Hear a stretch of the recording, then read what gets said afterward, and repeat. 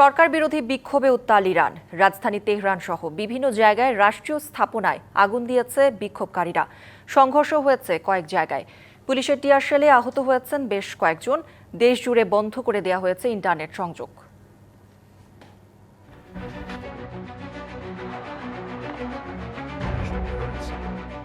বিশ্ববাজারে ইরানি রিয়ালের ব্যাপক দরপতন, দুর্বল ব্যবস্থাপনা ও কঠোর পশ্চিমা নিষেধাজ্ঞায় অর্থনৈতিক সংকটে পড়ে তেহরান।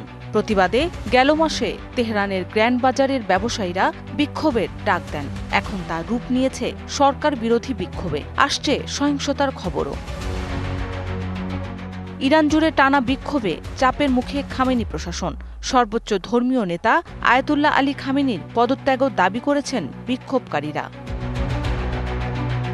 বৃহস্পতিবার বিক্ষোভের ১২তম দিনে সহিংস আন্দোলন ছড়িয়ে পড়ে ইরানের ৩১টি প্রদেশের বেশ কয়েকটি শহরে। রাজধানী তেহরানের রাস্তায় জড়ো হন বহু মানুষ।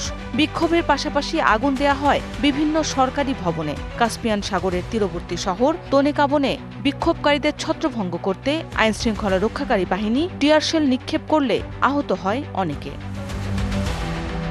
সানশাইন আটা ময়দা সুজি, ভালোবাসায় তৈরি।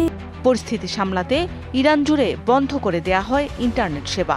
বিক্ষোভ দমনে সর্বোচ্চ সংযম দেখানোর আহ্বান জানিয়েছেন প্রেসিডেন্ট মাসুদ পেজেশকিয়ান।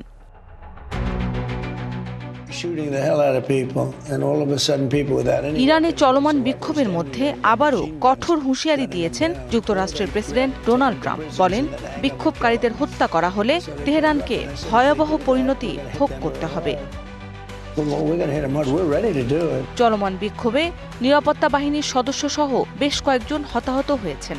আটক করা হয়েছে বহু মানুষকে। মৌসুমী শান্তা, ডিবিসি নিউজ ডেস্ক।